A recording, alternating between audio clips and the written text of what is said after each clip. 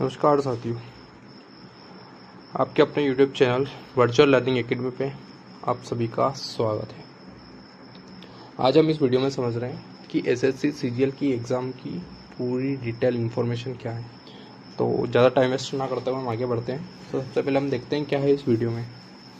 तो इसमें हम सबसे पहले देख रहे हैं सीजीएल का introduction, selection process, exam pattern क्या रहने वाला है, टायर 1 टायर 2 का सिलेबस, वही टायर 1 एंड 2 का क्या होगा, सैलरी देखेंगे हमारी इसमें कितनी पोस्ट है और कैसी कैसी सैलरी रहेगी, एलिजिबिलिटी क्राइटेरिया, फिर एग्ज़ाम डेट कब है और इसकी प्रिपरेशन हम मोटा मोटा देखेंगे, प्रिपरेशन कैसे स्टार्ट की जाए। ठीक है, तो देखो अब इसके इंट्रोडक्शन में समझा देता हूँ। एसएससी सीजीएल कल हमने पिछली वीडियो में देखा था कि स्टाफ सिलेक्शन कमीशन एक सेंट्रल गवर्नमेंट की एक ऑर्गेनाइजेशन है जिसमें यह group B and group C के पोस्ट के लिए अपने पद सारे फिल करती है। ठीक है, तो उसी में एक कंबाइंड ग्रेजुएशन लेवल है जो group B and group C के लिए आपके पोस्ट को फिल करती है। अब आगे बढ़ते हैं, हम देखते हैं सिलेक्शन प्रोसेस ओवरव्यू। ठीक है, तो एसएससी सीजीएल एग्ज़ाम 3 टायर्स में होती है। ठीक है, तो इसमें टायर 1 हम देखते हैं। टायर 1 में कंप्यूटर बेस्ड एग्ज़ाम होगा। ठीक है, अब जैसे ही ये पास किया तो देखो टायर 1 हमेशा क्वालिफाई नेचर का रहेगा। ठीक है, इसको आपको क्वालिफाई करना रहेगा। इसके क्वालिफाई के लिए एक मेरिट लिस्ट ओपन होगी। मेरिट में भी वही कट ऑफ वाला सिस्टम रहता है। फिर जैसे आप इसको मेरिट क्लियर करोगे आप टायर 2 के लिए एलिजिबल हो जाओगे। ठीक है, फिर सेम टायर 2 में भी एक मेरिट लिस्ट ओपन होती है। ठीक है, जो एक फाइनल आपको फाइनल सिलेक्शन के लिए रेडी रखेगी। ठीक है, अब देखो इसमें मैंने टायर 4 लिखा है। इसमें टायर 3 का वाला सिस्टम था जो पहले थोड़े समय पहले होता था, उसमें डिस्क्रिप्टिव वाला सिस्टम रहता था। इसमें आपको राइटिंग पेपर होता था। ठीक है, जैसे अभी जो टायर 1 और टायर 2 है ये दोनों आपको एमसीक्यू बेस्ड रहेंगे। एमसीक्यू बेस्ड जो कि कंप्यूटर बेस्ड पे रहेंगे। कंप्यूटर स्क्रीन पर आपको 4 ऑप्शंस दिखेंगे और उसमें से आपको सिलेक्ट करना रहता है। पर जो टायर 3 पहले होता था डिस्क्रिप्टिव, उसमें आपको लिखना रहता था। ठीक है, फिर टायर 4 मतलब ये जो टायर 4 है और ये टायर 2 ये सेम डे होगा, जो इसमें टेस्ट यानी कि डाटा एंट्री स्किल टेस्ट और ये सीपीटी कंप्यूटर प्रोफिशिएंसी टेस्ट, इसमें कुछ एक पैराग्राफ आपको दिया जाएगा जिसमें आपको टाइप करना रहता है। ठीक है, हम आगे बढ़ते हैं और इसका एग्ज़ाम पैटर्न समझते हैं। एग्ज़ाम पैटर्न टायर 1 के लिए देखना, इसमें रीजनिंग आएगी 25 क्वेश्चन जो 50 मार्क्स यानी कि पर क्वेश्चन 2 मार्क्स का रहेगा। पर क्वेश्चन 2 मार्क्स रहेगा तो 50 मार्क्स पर सेक्शन के रहेंगे। ठीक है, तो इसमें 4 सेक्शन रहेंगे जिसमें general awareness, maths, English and reasoning. 25 question रहेंगे सबके, 50-50 मार्क्स एक सेक्शन का रहेगा। यानी कि टोटल नंबर ऑफ क्वेश्चन आपको टायर 1 में मिलेंगे 100 और आपको टोटल मार्क्स आपको टोटल मार्क्स रहेंगे आपके 200। इसमें जो टाइम दिया जाएगा 1 आवर का। इसमें कोई सेक्शन के लिए कोई सा टाइम अलॉट नहीं है, यानी कि इस सेक्शन का फर्स्ट सेक्शन का अलग, सेकंड का अलग, ऐसा कुछ भी नहीं है। आप 60 मिनट में आपको पूरे 100 क्वेश्चन कैसा भी करके करना है। और इसमें एक मेन बात है, इसमें रहती है नेगेटिव मार्किंग। नेगेटिव मार्किंग यानी कि इन द सेंस जैसे एक क्वेश्चन आपने सही किया, 2 क्वेश्चन सही किया, ठीक है, ये भी सही ये भी सही, इसके आपको 2 नंबर मिले, इसको भी आपके 2। मान लो अगर 3 आपने गलत कर दिए तो इसके 2 क्वेश्चन नंबर तो इसके जाएंगे प्लस माइनस, इसमें हो जाएगा 0.5। ठीक है, यानी कि दो नंबर तो इस क्वेश्चन के गए। ठीक है, और माइनस 0.5 भी आपके टोटल जो ओवरऑल रहेगा उसमें से माइनस हो जाएगा। ठीक है, अब हम आगे बढ़ते हैं। अब हम एग्ज़ाम पैटर्न टायर 2 का समझते हैं। अच्छे से देखना क्योंकि टायर 2 का थोड़ा सा एक वास्ट पूरा एग्ज़ाम पैटर्न है। ठीक है, टायर 2 में सीबीटी ये पेपर 1 के लिए है ना। अब इसमें 3 पेपर होते हैं, कौन कौन से वो हम सब आगे समझेंगे। कंपलसरी फॉर ऑल पोस्ट, ये टायर 1 जो भी पास करके आएंगे टायर 2 में पेपर 1 सभी के लिए कंपलसरी होगा, वो चाहे कोई सी पोस्ट के लिए एलिजिबल हो। ठीक है, अब हम सेक्शन 1 में देखते हैं। इसमें रीजनिंग रहेगा और इसमें मैथ्स रहेगा। इसमें रीजनिंग में 30 क्वेश्चन आएंगे और मैथ्स में भी 30 क्वेश्चन आएंगे और पर क्वेश्चन 3 मार्क्स का रहेगा, इसलिए ये 19 मार्क्स का हो जाएगा, ये भी 90 मार्क्स का हो जाएगा। फिर सेकेंड सेक्शन में हम देखते हैं कि जनरल अवेयरनेस और इंग्लिश। जनरल अवेयरनेस के हमारे रहेंगे 25 क्वेश्चन, वहीं इंग्लिश के रहेंगे हमारे 45 क्वेश्चन। ठीक है, तो पर क्वेश्चन 3 मार्क्स का रहेगा, इसलिए इसका 75 मार्क्स है और इसका 135 मार्क्स।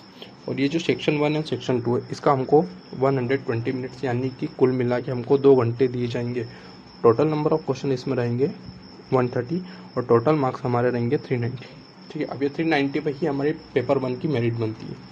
फॉर ऑल पोस्ट, ठीक है, कोई सी भी पोस्ट। अब हम देखना, और इसमें जो नेगेटिव मार्किंग रहेगी वो 1 मार्क्स की रहेगी, ठीक है। अब एग्जाम पे देखना, अब और थोड़ा सा है सेक्शन थर्ड में समझना, कंप्यूटर नॉलेज एंड मॉड्यूल, ये 20 क्वेश्चन आएंगे, 60 मार्क्स, और ये जो रहता है ये ओनली क्वालिफाई रहता है, ठीक है, इसके कोई आपको मार्क्स वगैरह नहीं जुड़ते। और इसमें 15 minutes each for section third of model 1 and model 2। ये देखना, ये हमारा मॉडल 1 है सेक्शन 3 का, और ये मॉडल 2 है। इसमें क्या डाटा एंट्री स्पीड टेस्ट, वही हमने जो टेस्ट अभी पीछे समझा था, 1 डाटा एंट्री टास्क, एक टास्क दिया जाएगा आपको, उस टास्क के अंदर आपको पूरा टाइप करना रहेगा कंप्यूटर में, ठीक है। अब टायर सेकंड में पेपर सेकंड का देखते हैं। पेपर सेकंड स्टैटिस्टिक्स का होता है, ये only for JSO, statistical officers जो रहते हैं, JSO, जिसने भी इस पोस्ट के लिए अप्लाई किया, ये पेपर सिर्फ स्टैटिस्टिक्स का उन्हीं के लिए आएगा। इसमें क्वेश्चन 100 आएंगे, और पर क्वेश्चन 2 मार्क्स रहेगा, इसलिए 200 मार्क्स का हो जाएगा, और इसके लिए भी हमको 2 आवर टाइम दिया जाएगा। पेपर थर्ड में जनरल स्टडीज़ में रहेगा फाइनेंस एंड इकोनॉमिक्स, और ये सिर्फ रहेगा जिसने assistant audit officer and assistant accounts officer के लिए फिल किया है फॉर्म। तो इसमें भी सेम, पेपर थर्ड में 100 क्वेश्चन रहेंगे, पर क्वेश्चन 2 मार्क्स का रहेगा, इसलिए टोटल मार्क्स इसमें 200 मार्क्स रहेंगे, और इसमें जो टाइम अलॉट है वो 2 आवर्स का रहेगा, ठीक है। एग्जाम पैटर्न में कुछ डाउट हो तो आप और पूछ लीजिएगा। तो ये टायर 1 का हमने देखा। टायर 1 के बाद आपको जैसे आप इसकी एग्ज़ाम होगी, मेरिट लिस्ट जनरेट होगी, फिर आप टायर सेकंड में पहुंचेंगे, 390 मार्क्स का आपको एक और इसमें ओरिजिनल फाइनल मेरिट जो रहेगी वो इसमें जनरेट होगी, और इससे आपको पता चला है कौन सी पोस्ट आपके लिए अलॉट होगी, ठीक है। अब हम देरी ना करते हुए आगे बढ़ते हैं। अब हम इसमें सिलेबस देखते हैं, हाईलाइट्स। ये टायर 1 का है, हमने पिछले भी वीडियो में समझा है कि रीजनिंग के लिए आप एनालॉगिस पढ़ लो, series, coding, decoding, puzzle, syllogism and etcetera. अभी जो एक्सेट्रा ये बहुत बड़ा वास्ट सिलेबस हो जाएगा, ठीक है। ये एज इट इज़ मैंने जो नोटिफिकेशन में दे रखा है वहाँ से उठाया। फिर इसमें जनरल अवेयरनेस में history, geography, polity, economics, science, current affair, और इसमें वापस वही एक्सेट्रा पॉइंट दे दिया। तो आप समझ सकते हैं कि जनरल अवेयरनेस भी इसमें बहुत बड़ा वास्ट सिलेबस है, ठीक है। फिर क्वांटिटेटिव एप्टीट्यूड्स में भी number system, algebra, arithmetic, geometry, trigonometry, mensuration and DI। अब ये देख लो, पूरा के पूरा मैथ्स को इसमें समझा रखा है। फिर इसमें सेम इंग्लिश के लिए भी grammar, vocabulary, comprehensive, sentence correction, synonyms and antonyms, ठीक है। ये टायर 1 के लिए। अब टायर सेकेंड के लिए हम देखते हैं। तो टायर सेकेंड के लिए हमको बता रखा है, टायर सेकेंड के लिए इंक्लूडिंग टायर 1 सिलेबस, मतलब टायर 1 का सिलेबस तो रहेगा, उसके अलावा पे आपको एडवांस मैथ्स पढ़नी है, प्लस DI यानी कि डाटा इंटीग्रेशंस। फिर रीजनिंग है, तो इसमें हाई लेवल लॉजिकल रीजनिंग इसमें आपको पढ़नी रहेगी। फिर इंग्लिश में आप RC यानी कि रीडिंग कंप्रेशंस, क्लोज टेस्ट आपको प्रिपेयर करना है, para jumbles and vocabulary including tyre 1 syllabus. फिर जनरल अवेयरनेस में करंट अफेयर्स प्लस स्टैटिस्टिक्स की आपको पढ़नी रहेगी। पेपर सेकेंड में स्टैटिस्टिक्स में आप प्रोबेबिलिटी पढ़ो, sampling, correlation, regressions. Paper third finance and economics के लिए आपको बेसिक अकाउंटिंग की जानकारी होनी चाहिए, और माइक्रो एंड मैक्रो इकोनॉमिक्स जो 11th एंड 12th में NCERT की बुक्स वगैरह रहती है, उसमें इसके लिए ज़्यादा पता तो नहीं है, पर इतना ही रहता है, सॉरी। फिर हम देखते हैं सैलरी। अब सैलरी पोस्ट वाइज अब हम समझते हैं कि इसमें कौन कौन सी पोस्ट रहती है, जो मोटा मोटा दौर से देखो। सबसे पहले इसमें देखते हैं हम असिस्टेंट सेक्शन ऑफिसर, जो होता है ASO। ये पे लेवल इसका 7 होता है। इसमें जो सैलरी रहती है वो रुपीज़ में 44,900 से 1,42,400 तक जाएगी, ठीक है। फिर IT मतलब इनकम टैक्स इंस्पेक्टर होता है, इसकी भी लेवल से की पे लेवल है, इसकी भी 44,900 से 1,42,400 तक जाएगी। फिर असिस्टेंट ऑडिट ऑफिसर AAO, इसका लेवल पे 8 रहता है, इनसे ज़्यादा रहता है, इसलिए इसकी 47,600 रहेगी सैलरी, और से 1,51,100 तक जाएगी। फिर इंस्पेक्टर ये बनते हैं तीनों डिपार्टमेंट, CBSE, कस्टम्स, एक्साइज में, तो इनका लेवल पे सेम रहेगा, ठीक है। और इनकी जो सैलरी बनेगी अप्रॉक्स में वो बनेगी 44,900 से 1,42,400 तक।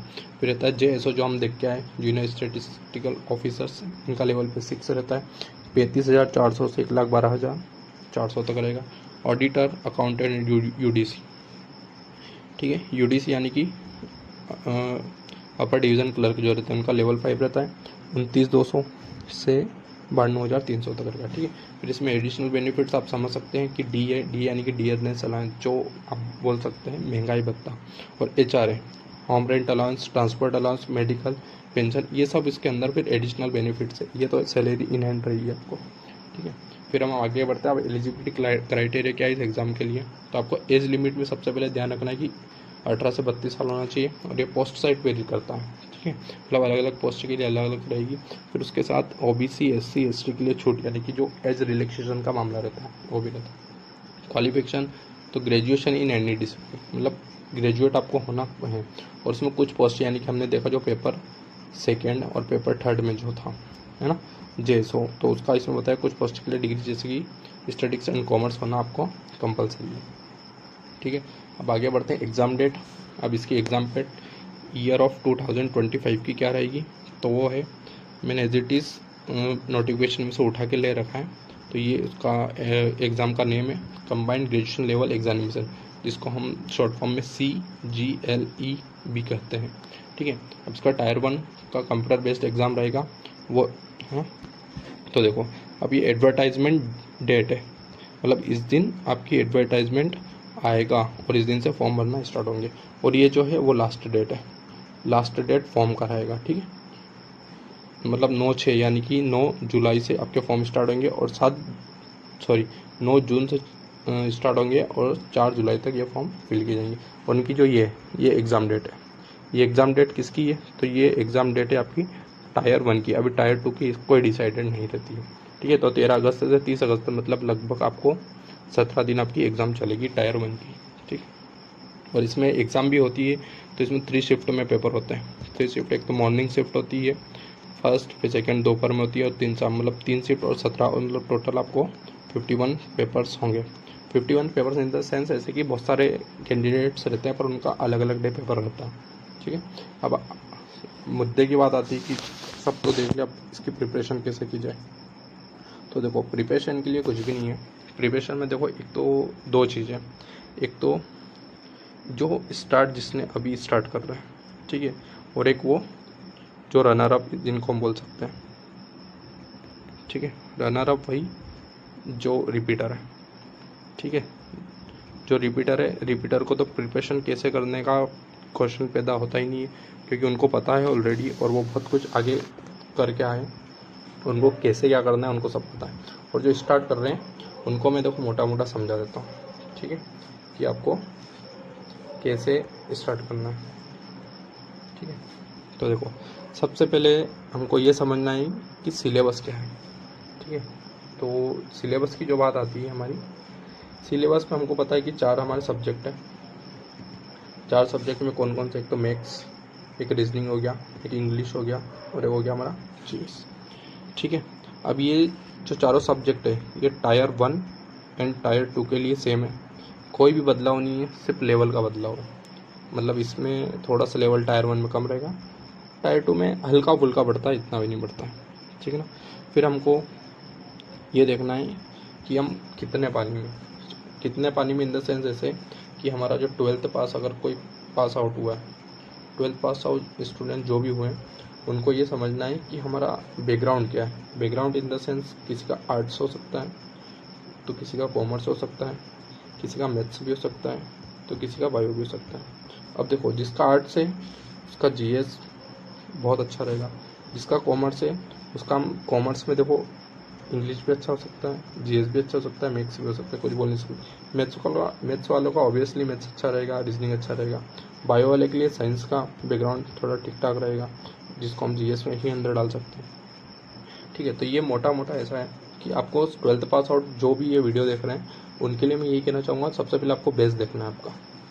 ठीक है, क्योंकि बेस से ही आपको कंपटीशन में आपको सबसे ज़्यादा बेनिफिट मिलने वाला है। क्योंकि अभी तक आप जो पढ़ते आए हो वो हम जो भी अभी तक पढ़ते हैं वो सारा एकेडमिक का पढ़ना है, और एकेडमिक का सिलेबस तो सिलेबस वही रहता है, पर जो लेवल, जो पूछने की क्षमता रहती है या कंपटीशन में, वो थोड़ी अलग रहती है। वहाँ पर आप राइटिंग वर्क करेंगे, यहाँ पर आपको सिर्फ टिक करना है। ठीक है, यहाँ पर आपको 4 ऑप्शन दिए जाएंगे, 4 ऑप्शन में आपको एक ऑप्शन टिक करना है ना। तो सबसे पहले आपको प्रिपरेशन स्टार्ट करनी है, तो सबसे पहले आपको बेस देखना है। बेस किसका, तो आपको मैथ्स देखना है। ठीक है, मैथ्स GS, ये दो सबसे मेन वेरी करते हैं एसएससी की एग्ज़ाम्स में, ठीक है। जिसका ये अच्छा है यानी कि वो कोई सी भी एग्ज़ाम एसएससी की आराम से क्रैक कर सकता है। तो सबसे पहले मैथ्स आपको उठाना है, तो मैथ्स मेरी मानो तो एनसीईआरटी से पढ़ो, और एनसीईआरटी से पढ़ना है आपको 6th से। जी हाँ, आपको 6th से पढ़ना है। 6th की सारी बुक, मतलब जो एक बुक है वो पूरी ख़त्म करो, फिर 7th पे जाओ, फिर 8th पे जाओ, फिर 9th पे जाओ, 10th पे जाओ। ये जो मैथ्स के लिए आपका जो 6 to 10th तक का सफ़र है, ये लगभग आपको 2 मंथ में इसको कंप्लीट कर लीजिए। 2 मंथ में पूरा कंप्लीट कर लीजिए, आराम से हो जाएगा। कोई इतना ये नहीं, क्योंकि आपको सिर्फ पढ़ना है एक बार, कोई ज़्यादा घुस के आपको ऐसा कुछ करना नहीं है। वैसे सेम जीएस का रहेगा, इसमें भी पूरा 6, 7, 8, 9, 10th की सारी बुक आराम से पढ़ लो। ये लगभग 3 से 4 महीना लगेगा, क्योंकि जीएस का बहुत बड़ा है। जीएस में आपको हिस्ट्री पढ़ना है, पॉलिटी पढ़ना है, इकोनॉमिक पढ़ना है, ठीक है, ज्योग्राफी पढ़ना है, ये चारों सब्जेक्ट इसमें रहेंगे। तो ये 3 से 4 महीने आप आराम से लो इसको।